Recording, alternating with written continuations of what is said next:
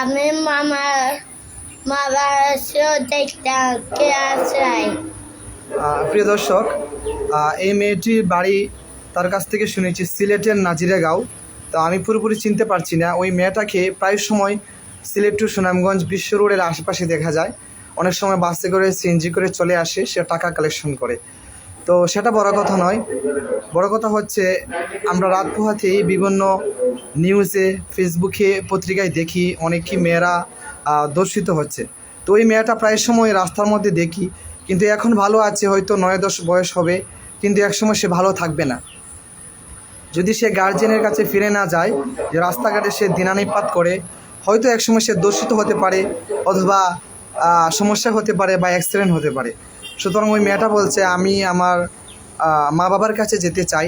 ওর বাড়িটা সম্ভবত সিলেটের নাজিরাগাঁও। আমি অনেকের নাজিরাগাঁও এবং নাজিরে বাজার বলে, তো ক্লিয়ার বলতে পারছে না, তার নামটাও সে বলতে পারে না।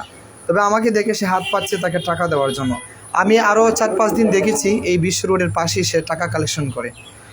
তো টাকা কালেকশন করে সেটা বড় কথা নয়, একটা মেয়ে মানুষ, তাকে তার অভিভাবকের কাছে পৌঁছানো উচিত।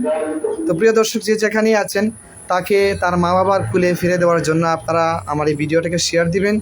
আর যদি কেউ চিনে থাকেন মেয়েটাকে, তার ঠিকানা আমাদের এই কমেন্টস বক্সে জানিয়ে দিবেন। আমি তাকে তার মা বাবার কাছে পৌঁছানোর চেষ্টা করব। এবং আপনারা যদি কেউ তাকে সহযোগিতা করেন আমাকে বলবেন, আমি কমেন্টস বক্সে বিকাশ নাম্বার দিয়ে দিব। তো আচ্ছা, এই নাজিরাগাঁওটা কি সিলেটে পড়েছে? সিলেটে। তুমি কলেজের সামনে কি কলেজের সামনে? আচ্ছা, তোমার মা বাবা আছে? আছে। আছে। তুমি কি তোমার মা বাবার কাছে ফিরে যেতে চাও? আর তোমার নামটা বলতে পারো? তুমি বলতে পারো না। তুমি যে ওই রাস্তাঘাটে থাকো, তোমার ভয় লাগে না? ভয় লাগে। তুমি কি টাকা কালেকশন করো? টাকাগুলো কি করো?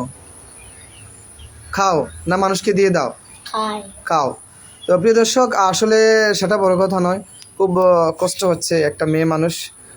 বিগত কয়েক সপ্তাহ ধরে আমি দেখছি রাস্তাঘাটে চলাফেরা করে, দিনে থাকি রাতে থাকি। তো বাংলাদেশের মানুষ তো এখন আর মানুষ রয় নাই, কোন সময় কোন বিপদের সম্মুখীন হবে, তার জন্য আমার খুব ভয় হচ্ছে। এর জন্য প্রিয় দর্শক, আপনারা একটা শেয়ার দিয়ে তার অভিভাবকের কাছে পাঠানোর চেষ্টা করবেন। আমিও চেষ্টা করব। সবাইকে ধন্যবাদ জানাচ্ছি। আসসালামু আলাইকুম রহমতুল্লাহি ওয়া বারাকাতুহু।